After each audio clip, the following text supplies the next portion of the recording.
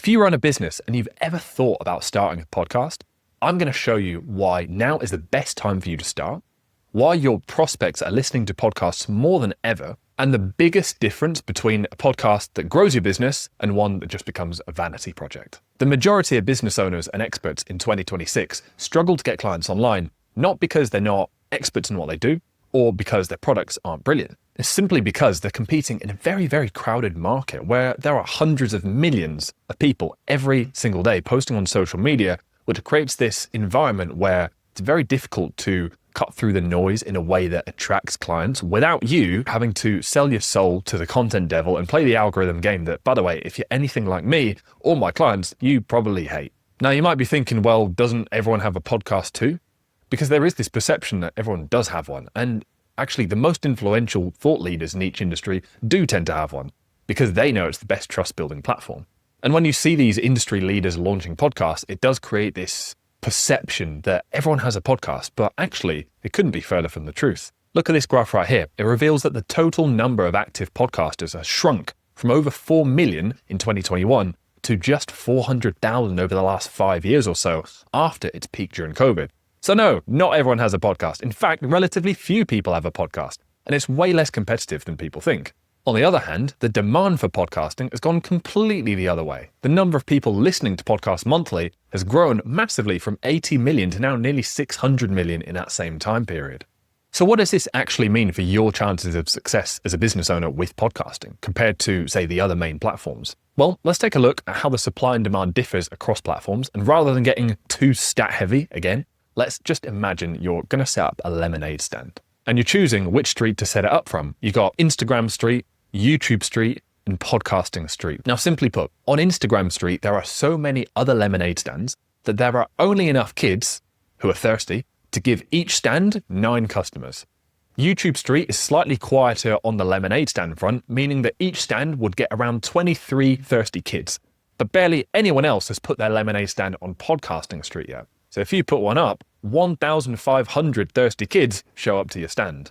That's why right now the business owners launching podcasts are on the inside and they're aware of the outsized returns they can get for their time and effort by setting up their podcast early. They're launching shows right now and they're not waiting for later or for everyone else to catch on to start launching.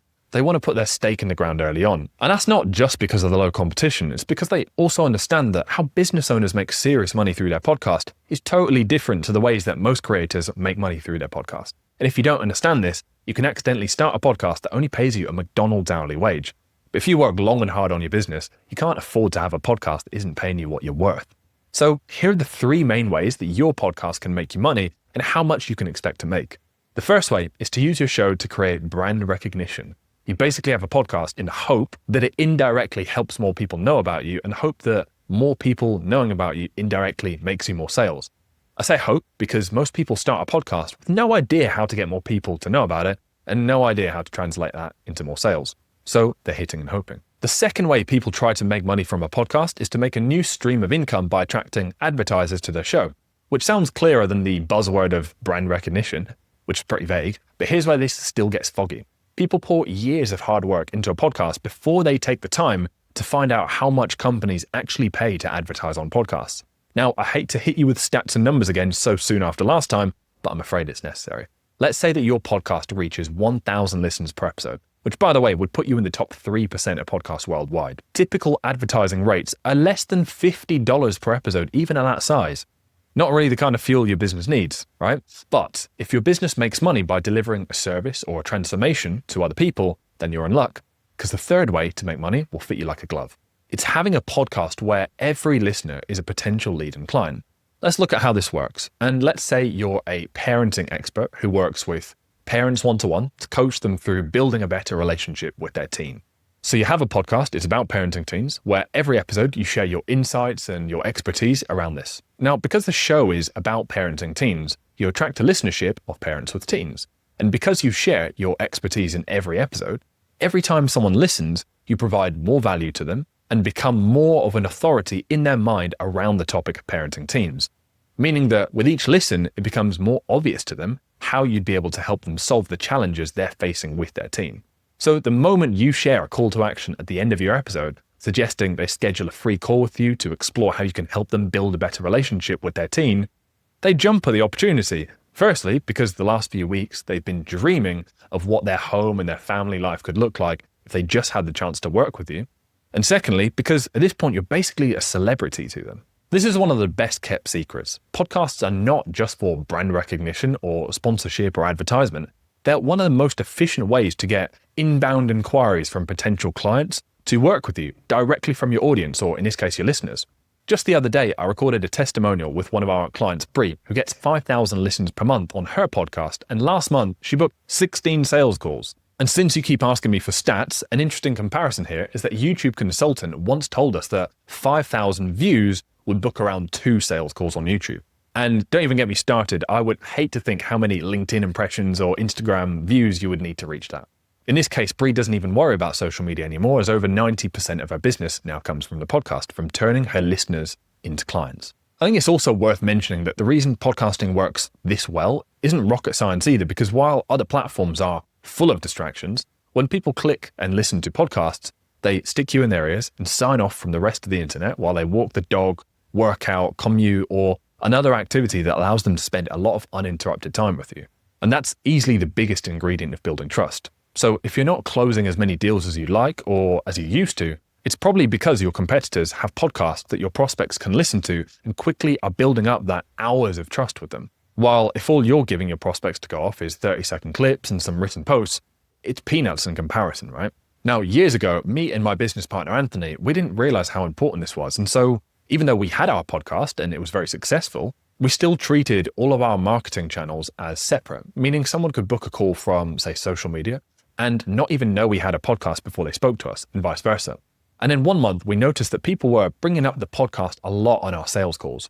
So we did some digging into the call transcripts, and it turned out that out of our last 10 clients who had discovered us from a range of different channels and come to us from many different ways, each one had, by chance, stumbled upon our podcast as well and resonated with it so much that they all brought it up on the call without being asked. And this is when we realized just how much more profitable a podcast can make your other marketing channels too. So now when someone books a call, it doesn't matter where they found us or where they came from. We make sure that in the lead up to the call, they listen to a couple of our best performing podcast episodes. Now, I like to see this use of the podcast warming prospects up, kind of like as using the sun to melt ice. And this is how Bria, a perimenopause coach, closes over 3/4 of her sales calls every month. At this point, you might be thinking, Tig, which by the way is my name. I should have introduced myself, so you probably wouldn't be thinking that. But now at this point, you might be thinking, Tig, well, if it was this easy, everyone would be doing it. What's the catch? And firstly, I don't want to mislead you that it's easy. It's simple, but only when you've developed a proven offer that sells online, you can reliably get your clients' results. And the other big prerequisite is that you actually have expertise in a given field. Obviously, that takes years. Not having those pieces in place is the catch for most people.